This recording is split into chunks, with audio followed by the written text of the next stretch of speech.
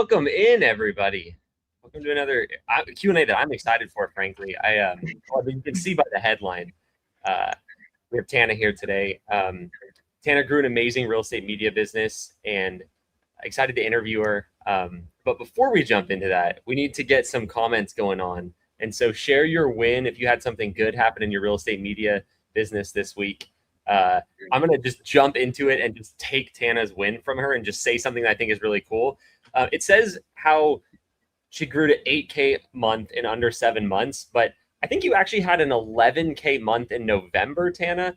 It was around a Black Friday credit sale. So I just love to jump into it with that. So November, what number month was that in business roughly for you? So November was 5. It might have been, yeah, I think it was 5. Yeah. Mm-hmm. Not to stalk your timeline or anything, but we've been watching your results. So you guys didn't tell me I needed to have dates and stats. Dates, numbers, metrics. Everything is ready to go. No, but talk a little bit about how you did that, because that's just a really cool intro story. I know that's not the baseline revenue that you get every month. I mean, it will be very soon here, but what was that? What happened? So Derek and I, my husband and we went to the REPP conference and met some super amazing people, talented people, everybody talking and kind of bouncing ideas off each other. And kind of in that moment, lots of conversation circling around the fact that November and December is slow season. And oh my gosh, that's where we're ending our program and we're in slow season. And how are we going to meet our guarantee? Yeah. And not that the number was the end goal for me, but it was in the back of my head and it was kind of looming there. And I really walked away and said, we're going to make it. We're going to make the guarantee. And I just had this idea. I was like, okay, I've run businesses before and we've had Black Friday sales. Let's have a Black Friday bundle where we are not somebody who's going to offer sales all the time, but let's go ahead and offer up a deal to our realtors and put it out there on social. And so we had varying levels from, if you wanted to go in small, where it was a $350 package, it got you an extra $50 credit, all the way up to if you did a 5K spend, then you got $1,750 in credit. Yeah. And I put the big number out there just to say, hey, and it's there. We'll see what happens, And we had a few takers on the big number, and then we had some on the other side of that. And it was like winning the lottery almost a little bit. I was just like, oh, wow. First of all, awesome numbers, but more, it was just that stamp of approval from those agents to say, yeah, I'm committed to you. We're committed to you for 2026 and beyond. And it was pretty cool. Pretty cool. Yeah. No, it's amazing. Like you said, I think that's the biggest thing. Obviously, the money is great, but it's them showing that they're willing to pay ahead of time is huge. So what was your biggest month before that? Because that was going back, that was maybe your 4th or your 5th month, depending on how we calculate. What did your 1st, 2nd, and 3rd month look like? So, we started with the real slow trickle. I think we had hit maybe 3K at that point. Okay. Right. And I didn't think going into November and December, because I knew, first of all, we were at the conference. Second of all, for December, we were going to take time off for the holidays. Yeah. And I just knew I was to get to 5K, for November and December, I don't feel like we're going to get there, and that's okay. We'd been keeping up on everything. So I felt like if we needed to push things along, we would.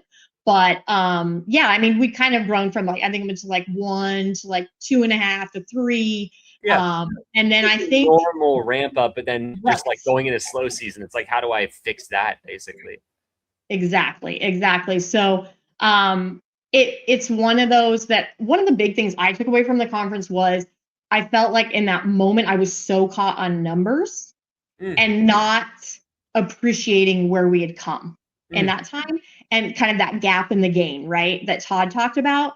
And at that moment, when we put that deal live, I just kind of left it there and said, hey, no matter what happens with this deal, with us wrapping up at the end of the year, I just feel like I can look at how far we came from the beginning of this, even just looking over my Monday to Friday, the wins and everything, to be like, dang, we did that. That's pretty awesome. I'm really proud of us, So no matter what, that's where I was at with it. And I wanted our kids to see that too, they're teenagers, and to see that we could, that I could start all over in a career and really get out there and educate myself and put myself out there and be uncomfortable in the moment, but be hungry and ready to grow. And I think it was a big family win for us all. So. Yeah, I can imagine.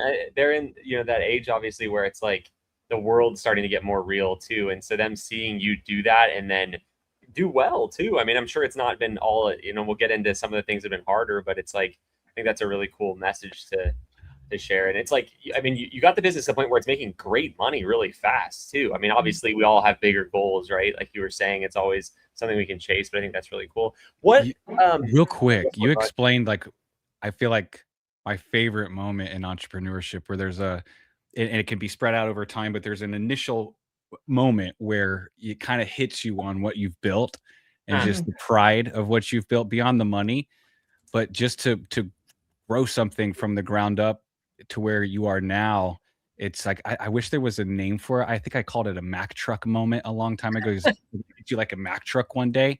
I remember when I went through that moment, it was like, that's how it felt. It just kind of hits you really hard, but other people, it might be over time or whatever. But explain that a little bit more as far as what you said, as far as like the pride of what you've built. If you can, like, was that a moment that hit you kind of randomly? And do you remember that moment, or was it just kind of over time, you just kind of sunk in? Sure. I would say a moment that stands out in my mind, actually kind of centers again back around our teenagers. It's sometimes hard to get praise from our teens, and have them like actually see what we're doing and, have more than a meh kind of reaction. So to have our son and daughter actually both independently come to me and be like, wow, like, Mom, I just watched, this friend sent me a video you guys just did on this house. Ooh, nice. Like, that's really awesome. Yep. That's really cool. My son coming up and just hugging me, and like today when I told him I was going to be on with you guys, he's like, he went instantly as we're driving to school and he's like checking out. I was like, okay, I gotta see the YouTube, gotta see the stats and all that. And he's like, you're gonna be on this? And I'm like, yeah. And he's like, all right, cool. That's good job, Mom. So yeah. I have made it. That's awesome. all that matters. That is hard too. Like, I just remember thinking, I was like, you kind of think you know better than your parents at that stage, but you clearly don't too. And so the fact they're like admitting that is amazing. That's awesome. Huh. Yeah. What, I mean, I know, awesome. I would imagine that is part of what made you take the leap to start this business. But I guess, start from the beginning. Like, what led you to real estate media? What made you want to jump into it? That sort of thing. Sure. So I knew I had a career in weddings and special events. And I knew that the company that I worked for, which was originally a family business, had been involved in it since I too was a teenager, on some level, and it had been my true career. I knew that it was getting to a point where that company was going to be sold, and I knew I did not want to continue with the company that was buying it. And I was lucky that I had enough time to know that was coming and start to think about, okay, what does that mean for me? What does that mean for our family? And I feel thankful that because our kids are the age they are, I knew that I had the flexibility time-wise to kind of put mom hat to the side a little bit and step more into building something not only for myself, but for the family. And, I had a friend, I was kind of like, what am I going to do? We all go online and start searching, looking and trying to flip over every stone. And I had this friend that was like, okay, this is going to be weird, but like go on TikTok and just like just look at stuff and see what the algorithm sends your way. And I'm like, I'm not a TikTok person. I'm not going to do that. And she's like, just do it. Just do it for a couple days. You don't have to post anything. You gotta just go do it. And everything started popping up was like very much theater, because my kids are really big into theater. And then real estate media, and boom, there comes Eli. So started watching, and it was one of those that it wasn't like a slow aha. It was a pretty instantaneous, like, light bulb. Really? Wait a second. Yeah. Because of the background in events, because here in Austin, we have actually been involved on like photo booth marketing and event activations for like South by Southwest and other things that kind of shut down during COVID. I didn't have photographer experience like you would say, like a wedding photographer would, or anything like that. But when it came to like you giving your gear list, like, we had pretty much everything. And I know that's really unusual for a lot of people that are starting this. But, you know, aside from the drone and the drone license and all that, I was like, okay, we could do this. We could like actually do this, and very quickly. And that's what I needed, was I needed to be able to get going quickly. And I was just like, I went to Derek and I'm like, okay, this is what I want to do. And it wasn't, what do you think? It was like, no, like, this is what I'm going to do. And hold on, be ready. And I think with Derek, I'm really lucky that he is my go-to guy for, like, when I need something, he's like, I'm on it. Like, hey babe, I need a website. I'm on it. Hey, I need you to go get your drone license and learn how to do this and watch these tutorials. On it. Okay, I need you to help me figure out, like, you know, how we're gonna do video and how we're gonna scale this. Okay, I'm on it. So even though he has his own job and whatever, he's been able to step in and help me a little bit, and he's always my go-to guy. So I'm lucky. And he's out, I think you said he was out shooting houses right now. He's literally doing that currently in this moment. He is, yes. And same thing. Yeah, he's out. I was like, I need you to go do this. He said, I'm on it. So he's out there doing it. So what do you, I mean, I know, you know, you're the one that started the business. What do you kind of do? What does each of you do in the business, or how do you break down kind of that side of things? Sure. We're really in the growth side of it right now too. So what we have been doing is not what we're going to be continuing to do. Initially, we were doing a lot of shoots together here and there. And I would do, like, when we would do video, a lot of those shoots would be together, where he'd be doing a lot of the filming. I'd be working with the agent and kind of working together. We have in the events industry, that's how we met. So we've always kind of worked parallel, not necessarily overlapping, but like we each know our own lanes. And now, like, he's always been, when we'd be bringing stuff back, he was like my QC guy. He was the one doing all of the like edits, tweaks, touches, getting it all going. And now we have 2 VAs. Shout out to Jazz and Dave. They are crushing it. So we love them. So now we can go out and do more and connect with more agents, while they are handling a lot of that behind the scenes stuff that we need to keep growing. So yeah. Very nice. And so what did that look like when I know you said you found it on TikTok, you decided real estate media, you know, we worked with you, of course, in launch coaching, and then now in Ford, you're with David, who's awesome. But I guess a couple of questions, and I don't mean this to be a coaching pitch at all. Just curious, you know, you're obviously a very capable person. Like, what made you jump into coaching versus just start trying on your own? Good question. So I definitely am somebody who considers myself like a lifelong entrepreneur. And Derek and I both have had other businesses that are side hustle, or us doing things that circle around all different kind of event universes, right? And I've told coaches this before, that like Rayana was my first coach. And I told her, you know, every other business or venture we've had, we've not been able to grow beyond just us. Like, we have been too locked in on wearing all the hats and doing all the things and having well, let me just do it, because to explain it to somebody else just takes too long. And I'm just going to lock in and I'll just get it done. It's just easier that way. And this time I knew, like, when I watched some of your videos and everything, I knew instantly, like, what I had been doing was not the way forward. That to make it to that next level and to do what I wanted to do with this, I needed to listen, like take that part of my brain, put it aside, and be willing to hand pieces over to other people and trust in the process of coaching and learning and tutorials and asking questions. I'm somebody who is always like, I'll just figure it out. But that's the great thing about REPP is not only are there like, is our AI Eli and everything that you guys provide, but even just the students themselves. So many friends that I've made and conversations that have been had in circle and out of circle about like, hey, have you run into this? Or like, hey, you know, what are your settings for this? Or how do I fix this? How do I do this?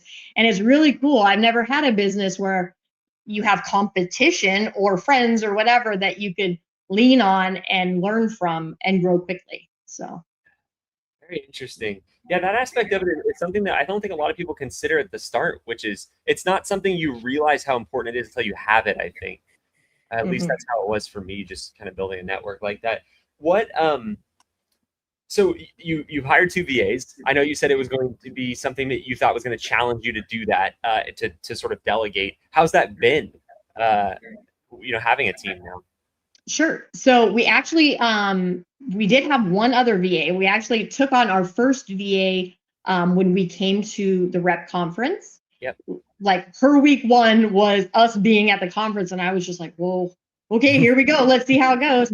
And it was going well, but it was part-time for her, and she was working for another REPP company. And so then after the holidays, like she's like, hey, can we, hop on a Zoom? And I was like, oh no.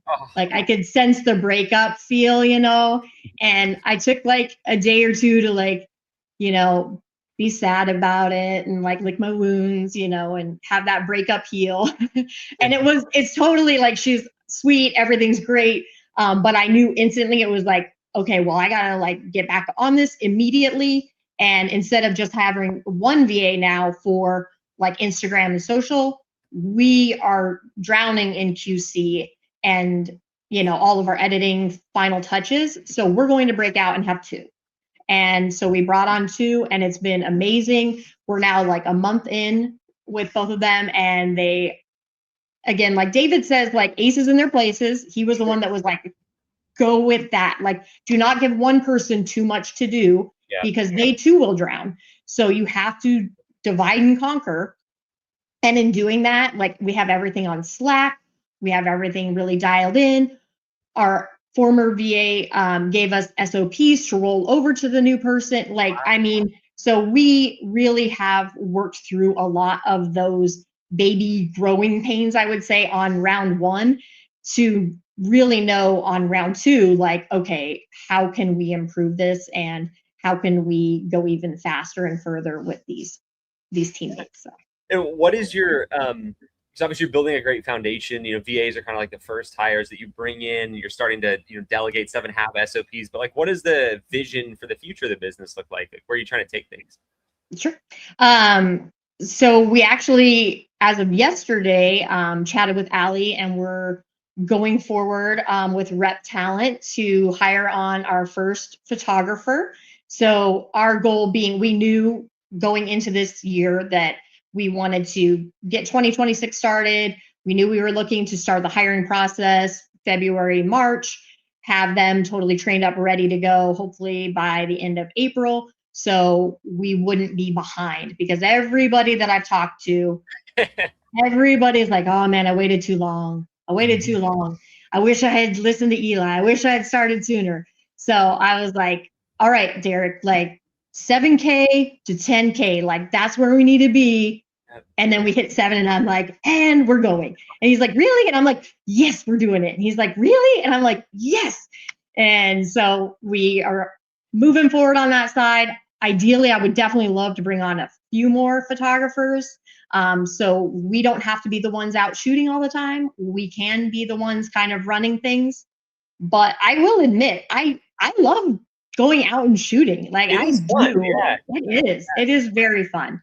I like not only meeting all the agents and building relationships, but I really like getting to have that creative side and, get to see beautiful homes and meet with people who are stagers and other vendors and connect and kind of just get to know our community more and be more active in the different areas around us. So. It really is a fun business. I think, I'm sure every business has its pros and cons, but like I look at a lot of other businesses and I'm like, I would want to get myself out of doing that so fast, which is almost a good thing for scale, right? Because you're just like you're not thinking like I like this, but at the same time, it's like you want to be in a business you like, And so I think that's why a lot of people stay too long solo, because it's not a terrible thing. It's like you can make good money when you're solo. It's like you're doing stuff that's fun, but sales also fun, of course. And building a team. I think that's something you're already talking about enjoying. I think you'll really enjoy that when you start to get a team of photographers and stuff like that. And I think the other fun part is about the timing.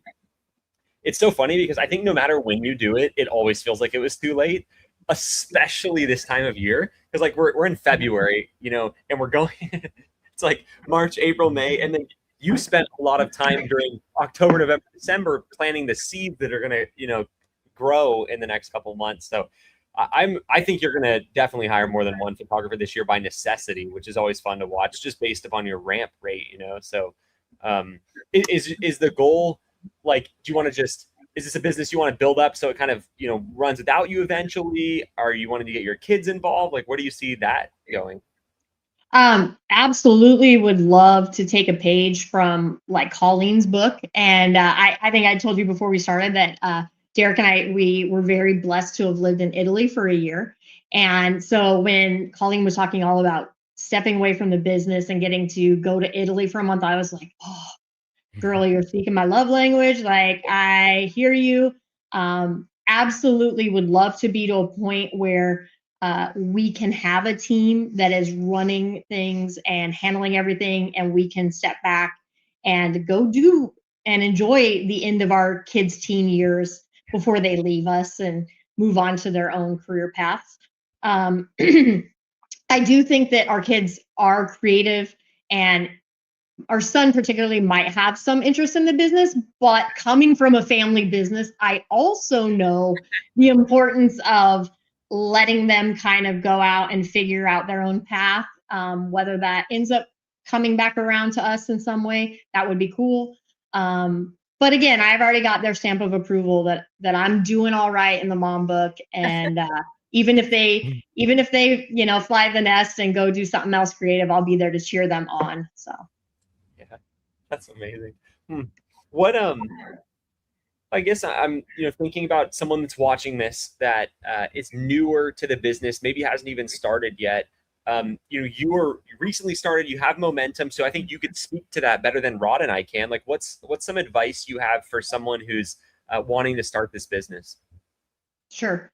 I would say for anybody who's looking to get started, obviously starting with you guys, going into coaching and really following the steps and not getting caught on, I think a lot of people will in the beginning get hung up on one thing. It's like, oh, I have to, build out my Spiro. I have to build out the website. I have to, things that look really big in the beginning because you're this close to it that when you get a couple months down the road, you're going to start to be like, that wasn't that bad. That's nothing. You're okay. You're doing good. Just keep working it, keep going, and allow yourself to stumble. Like, nobody's perfect. And, just know that you're going to look back at 6 months to where you were at month 1 and have accomplished so much. And I think having all of the tracking and the reporting and everything that you guys have really helps you to have these like snapshots of the journey along the process, whereas with other businesses, you don't. You're going to forget all of the wins, you're going to forget all the good stuff, and all you might look back on is the struggles. And by having these events, I would say, and this connection and community, you're going to look back instead on like moments where you connected with people, weekly calls you had, your coaches, funny stories that you guys shared, and things like that. So I would just say, don't get caught in the weeds. Like, yeah, there's scary moments, but there's a lot of really fun and amazing people in this industry. And that is going to be one of the best takeaways that's unexpected that you'll really enjoy. I'm smiling because I pulled up, it's one of my all-time favorites. I'm going to screen share here. Rod, can you see this? Yeah, Yeah. I think it's on the screen. This is so funny. I don't know if you saw this video, Tana, in the course. I put it in there. It's somewhere. But basically what you described is the most common thing, and I think it's hilarious because like you go through this with everything you start, right? So it's like if you look down here, when you know nothing about real estate media, your confidence is really low, right? And then I always say this can happen big picture or small, right? It's like people start watching Eli videos on TikTok, or they watch some of Camilla's, right? On YouTube, and then they go up, oh, real estate media is easy, right? And they're like, okay, and then they jump into coaching somewhere in here, or maybe they even fall down here first, and then they're like, wait, I have to do this stuff, and then your confidence just gets destroyed. You come back down to the valley of despair is, I think, the only way to put it, right? And then this is what you're talking about. If you just keep going through it, you move up this slope to where it's like, okay, I'm getting my feet underneath me. And it's funny because I think this chart happens big picture for your business as a whole, but it also happens every day with new stuff you have to do. That's like, oh, I got to shoot a real estate video. That's going to be easy. I watched a video. I get to the house, I forget my settings, and it's way harder than I thought. And the gimbal won't balance. And then you're like, this is terrible. And then you move back up. And so I just had to pull that up because I love that chart.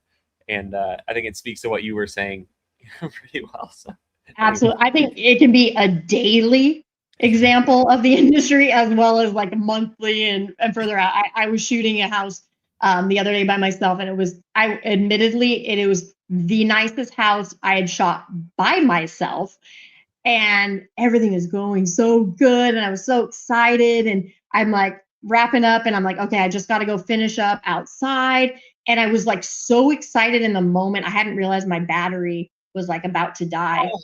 And so I'm just about ready to like take my last couple shots in the backyard, and the battery's dead. And I like the screen goes black, and I like had a moment of panic. Like, what did I touch? What did I do? Oh no. And then I had to just stop and be like, okay, it's got to just be the battery. So I went and got another battery, put it in the camera, and the screen stayed black. And I'm like, what did I do? Like, I was ready to call Derek and be like, hey, tech support, what did I do? What did I do? I literally had put the battery back in, and it had not fully clicked on the bottom. So I took everything apart, flipped it over, closed it, flipped, and it turned on, and it was like, oh. But I will tell you, in that moment, I had a little bit of a panic and saying, oh, what have I done? I'm going to have to like, I'm working ahead and saying like, well, I'm gonna have to come back, and I'm gonna have to shoot outside again. And I just have to like tell this agent, like, I didn't feel good about it. So I might swing back by and get a couple more shots outside. Yeah. And, I'm already like that far ahead when I just needed to like take a second, take a breath, and everything will be okay. It is interesting too, because it's like, I mean, we all try so hard to build our business that I think any issue that comes up feels like a big deal, because you spend all this time trying to have things be right, and it's like, I got this far and then it messed up. And then it's funny because I feel like that doesn't, experience makes those things happen less, but I don't know. I think you just get better at handling them, really, is what it is. I think I actually was the worst photographer at the end of when I was shooting, like right before I really leaned into building a team, because there's so much going on. Like I was forgetting SD cards, and batteries were dead, and crashing drones. And I'm like, Eli, you got to get it together here. So anyway, this is a hard pivot to an almost completely different topic, but well, kind of. I always try to balance out. I don't want to contribute to that Dunning-Kruger curve more than I ought to, and make people feel like this is going to be the easiest business ever, because I don't think that prepares them to put in the work. So what are some of the things that you found challenging, I guess, or what's something that was challenging, and how did you overcome it? Oh, good question. Obviously, there's lots that you could say is challenging at different moments. And my answer definitely is going to be far different than what Derek's would be. But for me, I would say, aside from just learning like all the different steps I needed to follow in the process on site and retaining that. Cause I'm to that age where like I've got so many things going on with kids and family and this, that, and the other that in one ear and out the other. Like I need to be able to like rewatch things, all the videos. I even have like a folder on my phone that's like my little cheat sheet for like settings and things like that, should I happen to forget. So I would say in the beginning, like actually learning the process and getting everything set up and going through it and then trusting myself and being comfortable with that. As far as coaching side of things and actually within rep, I would say really allowing myself to, be vulnerable and like honest with my coach about like maybe I'm struggling, I'm having a hard day or a hard week, and it may have nothing to do with real estate or a client or a customer. I never had coaching before, and during that time we had the flooding in Austin with everything with Camp Mystic. I lost my grandmother and had to travel for her funeral and had different family things come up that I obviously, when I started coaching, did not anticipate any of those coming up. And I would say having Rayana and having the team to know, like, okay, like there are ways to work around these moments and you need to be there for your family or for your community. And you can still keep growing and still keep working just in a different way than maybe you thought. And had I not had the team and the coaching, I would have stopped, honestly. I would have stopped where I was at and been like, I will pick this up when I get back. All right, 100% full stop.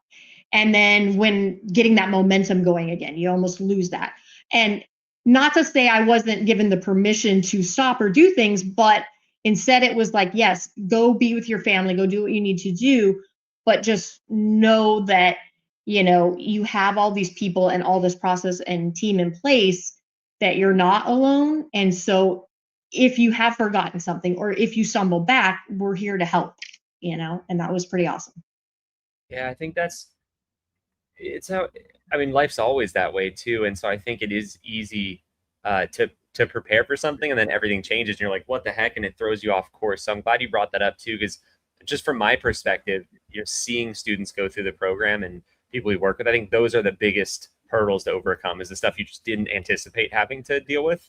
That's just part of it, and I think one of the things we try to do is, I think it's important in a sense to like separate business and personal, but I think it's more just about integration, right? It's like your life is always going to play a big role in your business, and you're creating the business to allow you to do things in your life, right? At least that's the way I think about my business, right? It's like I love the business and I love the people I get to work with, but there's an element of it too that's like, what is this business for? It's to help me do the things that are important to me. And so I think that's both the challenge with owning a business as well as the upside that you get from it, is you get more flexibility than a lot of people have in other careers and jobs they work. And so I think that's pretty cool.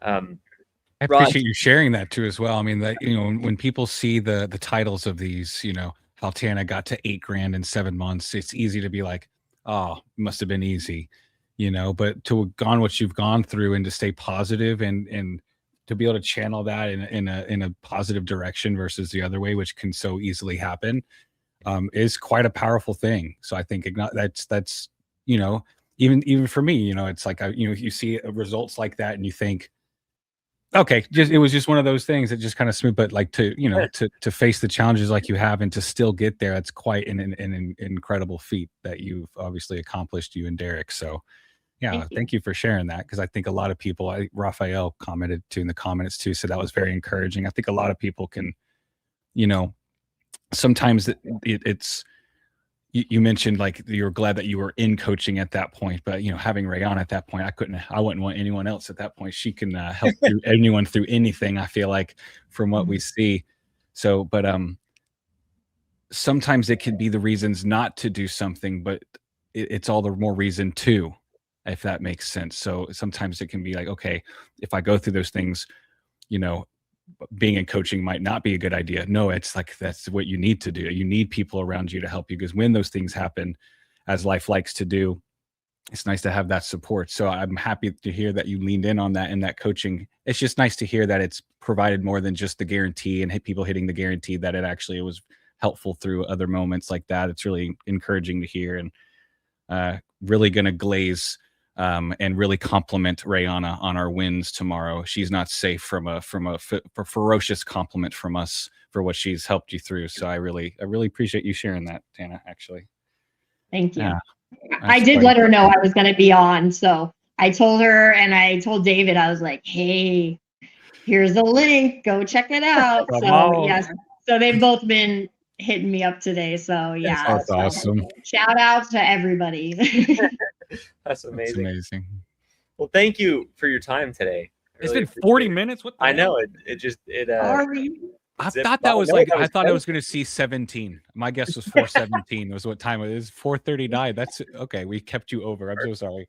Yeah. Thank you. For everything, for being willing to share. And Rayana said, and she would not mind me passing this on, I am sure, but she said I asked for some thoughts on what made you successful, so I could ask good questions. And she said at the end, she really is just a model rep student. And I was like, okay, I got to pass that on. So I appreciate you for, trusting us with coaching, and it's just, we like when people get results. Obviously that's what we're here for. And so when someone just really dives in and does things, it's cool to see. So I appreciate you for being here and for that. And have a great evening, and tell Derek we said hi. All right. Will do. Thank you guys. Appreciate it. Thank you. See you later. That was awesome. Oh.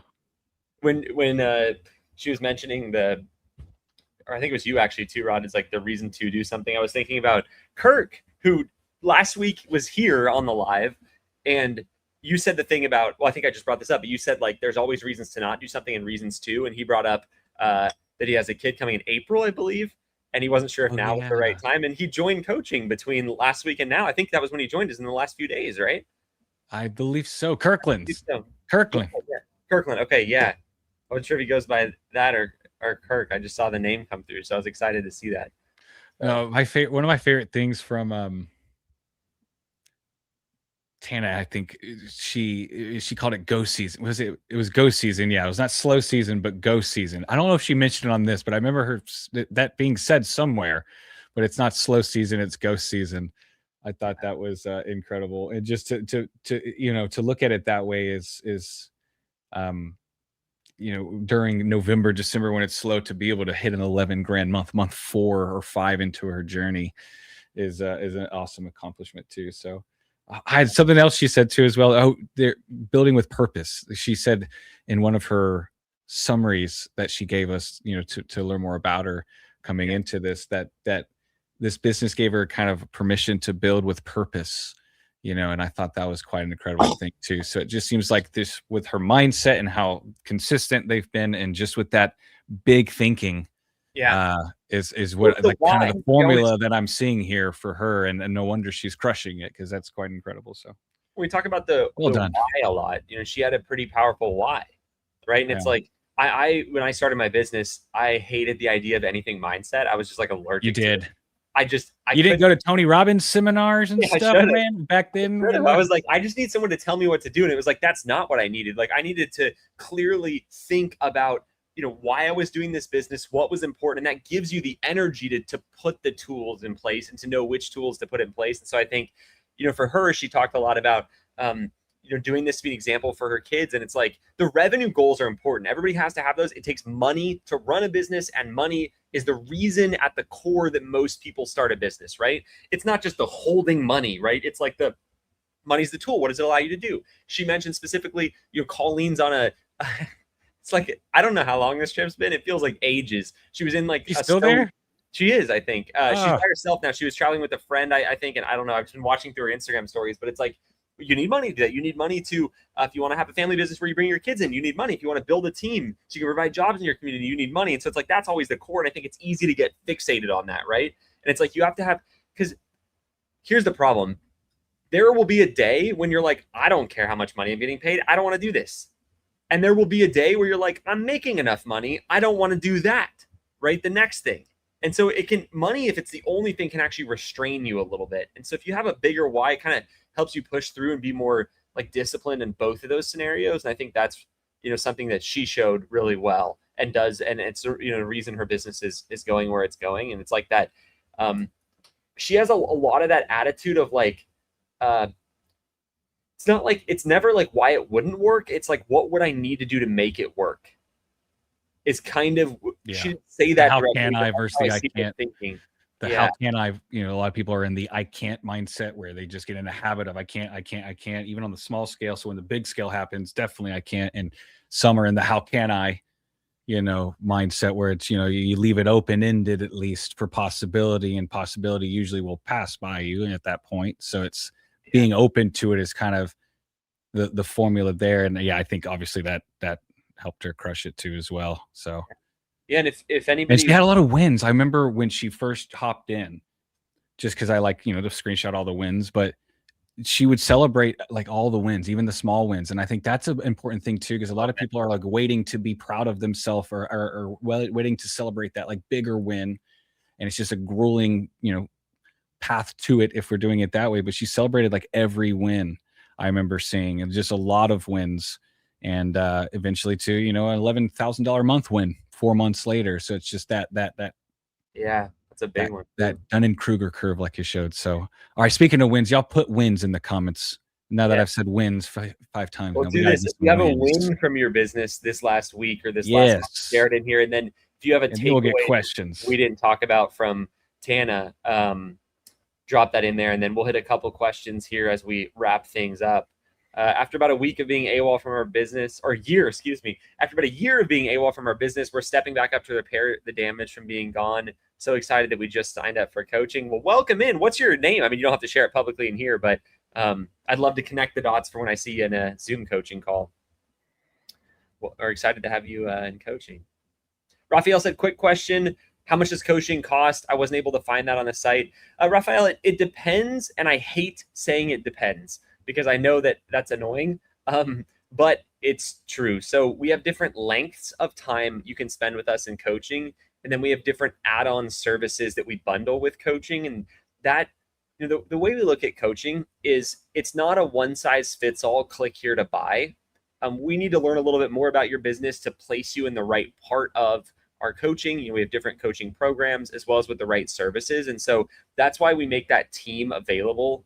Rod will drop the link in here. It's replaunch.com/apply. And you can chat with them. Basically, they will, the price doesn't change. If you're like, I have a bunch of money, we don't jack the price up on you. That's literally not why we do those calls. We do those calls because we want to learn a little bit more about you, how much availability that you have, what market you're in, to make sure that what we teach is going to work for you. And then we'll share all of the details of coaching with you, kind of the different options you can pick from. Tana mentioned this, but we have a guarantee with our launch coaching program. And that guarantee is at a minimum, if you work with us for 6 months, you'll have at least one $5,000 month, or you get your money back. That's the floor. And there are some things you have to do to stay eligible. Like you can't just buy the program and ghost. You're not going to get the result, right? But the reason that I bring up that guarantee is because we also need to make sure it puts incentive on us to not just be like, yeah, you're a good fit. Come on. We want to make sure that you have the time in your schedule to do this. You're in the right area. And that's important. So yeah, if you submitted your application already, our team will reach out to you, and they'll be able to connect you with resources and connect you with someone on our team that can go through the details of coaching with you. So I appreciate it. This is so funny. He's a frequent YouTube heckler, Nate and Laurel. Laurel, is it number one Laurel, or it's number Laurel. 2 it is Laurel? Laurel. 99% sure. I know Nate too well to not. I know both of them. I can't be saying it incorrectly. So is it Nate or Nate? One or two. Oh, I love you. Frequent YouTube heckler. It's boring without you. Out of all people, Nate would appreciate the Nate joke. So that's good. Anyway. We're glad to have you back in, guys. 17K this month. Goodness gracious, on a short month, one of these short months. Aiden, you just were sharing a win that was like your first 10K month recently. I mean, maybe it could have been a while ago. Time flies, but awesome. 17K, crazy. Very well done. Yeah. Let's see. Zach said on a win side of things, got my first retainer client this week. She wants 60 plus photos, video, and a matter report for almost every listing. Hey, that high average order value too. Goodness gracious. I like this one. YouTube heckler. Dude, that's so good. So we said comment your wins. Thank you, Inflow, for commenting wins. It's critical. That's pretty good. That's pretty good. Well, on that note, here we go. We got questions. Question here. Is it possible to become a real estate photographer as a one-woman show? I know she mentioned she has her husband help out and VAs and photographers. Just thinking of this as something attainable. Yeah, really good question. The answer is yes. So most people, she's just a little bit further into her business, so she's decided to scale. And of course, she has her husband and they can work together, which is an asset. It's definitely, I'd say it's easier if you have someone to help. It introduces new challenges too, because anytime you have a partner in something, you got to deal with other people. But most people that we work with in coaching do this solo, and they don't do it with, a spouse that's helping them. The spouse may be supportive, but they're not necessarily like involved in the business. And so the answer is yes. A lot of people, and really when you're starting your business, you don't want to commit to like, I want to build a team at the start. I think it's a good idea, and everybody has to anyway start solo. And so we typically recommend not hiring someone or a photographer at least till around 15K a month. That's kind of the split point. So getting to 15K a month solo is the first phase where you can start to really think, do I want to build a team or not? Tana's decided to do that a little early and get ahead of it. She's very rapidly going to be to 15K because of the time of year and the work she's done. So she's getting a little bit ahead of it. But staying solo long-term is something you can absolutely do. You just have a cap on how much you can make. And, depending on your market, that's usually somewhere in like on the low end, 15K a month range. And on the high end, 35K. We've had people do more than that, but it's very few and far between. And so you get to decide if you're like, hey, I just want to, stay solo, go for it. If you want to scale a team at that point, more power to you. You get the option. Yeah. Oh, yeah. Rod just pinned a couple of interviews we've done with people who, at least at the start, built pretty significant revenue solo. So yeah, check those out. Chelsea did a 90 grand first year. Chelsea's is a great interview. And she had a supportive husband, but he had a full-time job, didn't help her with the business, and did a 90 grand first year in revenue, which was really awesome. So Chelsea's is a great one too. All of them are great, but Chelsea is the one that came to my mind the fastest. I like this. I'm smiling. That's what I said. That's what I said. Quigley Media Group. It's weird, Dave. He usually comments first. He always beats us here, and he lets us know he's faster than us too. Yeah, and Aiden just commented this, so I thought I'd bring it up because it was related to the last question, which is, Aiden's doing just hit a 17K month in February, a short month solo. And I mean, I don't want to put words in your mouth, Aiden, but I would imagine you feel like you could do more without maxing out your time. Let's see. Kathy said, I just want to work part-time as I'm getting close to retirement years. Is it possible to make 6 to 8K a month doing this part-time? Kathy, let me just show the math on it, because I think part-time depends on how much you really want to be working. That will be about minimum 6 to 8 shoots per week. Yeah. Could be like, if I want to, 5 to 7. It depends on if you're in Seattle, this is, it's different, but on average, it could be. I'll do the 5 to 8 shoots per week. Divided by, let's call it a $275 average shoot. So that's 29 shoots a month. And then divided by 22 business days. So it's like 1.3 shoots per day per business day. And that may sound like a lot, but 4 to 5 shoots is full time. And so, yes, I mean, you could do that part time. Now, you're probably going to want to make, like, if you want to take home 6 to 8, you're probably going to want to make 8 to 10 in revenue so you can pay expenses. 20% is about what you want to shoot for in terms of expenses. So if you make 10K, you'll probably take home 8 if your business is set up, correctly and you're not spending. And like, if you buy a new computer every month, I can't help that, but about 20% is what the normal operating cost should be as a solo operator. So absolutely possible. Zach's got a question. Did you answer this already incognitally quickly and I didn't see? No, I didn't. Perfect. Yeah, there's it depends on how you do things. So if you use some video editors, they will have licenses that cover your use already. If not, you can just use something like Artlist. Artlist.io is a way you can get music for your videos. All right. Well, that was another great one. If you're still listening, Tana, I appreciate you coming on here, and everybody listening, hope you got something out of that. Hope it inspired you to take action. I mean, that's the most important thing. I'm grateful that everybody comes to here and to listen to us, but like the most important thing to me is that you go build a business out of this, because that's why we built REPP ultimately. It's an incredible industry that we get to be in real estate media, and it has a lot of things going for it, right? I mean, the market, with interest rates coming down, things are speeding up a little bit. That's always good for us. Really, the nice thing about real estate media is we're kind of insulated from the broader real estate market. It's like if homes sell fast, there's usually a lot of listings at that point too. And so we get a lot of deals, right? We get to do a lot of shoots. And then if it slows down, agents need more media to help sell a house. Our average order value goes up. And so we have that going for us. But just generally from a big picture market standpoint, like it's the highest average order values we've ever seen in real estate media. And that's because more agents are ordering more stuff for their listings.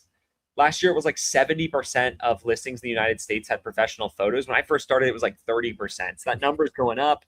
And when I first started, it was just photos, right? Now we have drone photos and 3D tours and floor plans and virtual twilights and video and social media. Like it's crazy. And so I'm excited, because I'm a real estate media business owner too. I own Norman and Young, and I'm excited about the industry, and it's just cool to see everybody taking advantage of it. So, hit the gas. It's a good time of year. We're going into busy season.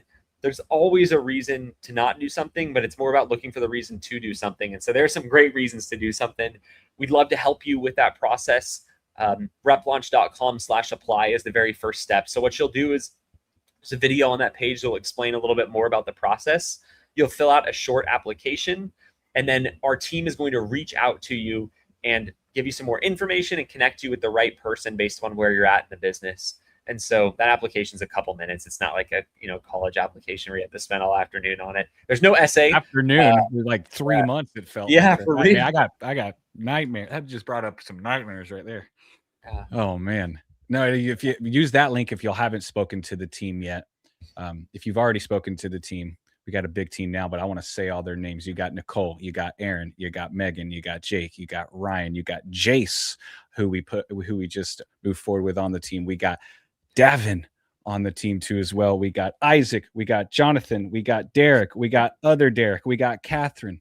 We got a great team here. If you've already spoken to any of those names and you want to shout them out, you're more than welcome to in the comments. They love seeing it. So if you've already spoken to the team and you are interested in coaching, just reach back out to the person that you're in contact with us and just let them know that. If you've already looked at coaching with them and they're like, okay, hey, you're revisiting this. Maybe you heard about coaching 6 months ago or something. Reach out to the person that invited you to watch this Q&A. And, it's time you want to get creative. We got a great team here. So, all right. Take advantage. Come on in. To talk with them. They'd love to chat with you. And even if you're like, hey, coaching's not right for me now, they'll connect you with resources. Our YouTube and all of our free content is great, but there's a lot of it. And so they can at least direct you on where to start, kind of, how to start taking bite-sized pieces out of the monster that that YouTube channel is. So go check it out, replaunch.com/apply, and we will see you later. Bye, everyone.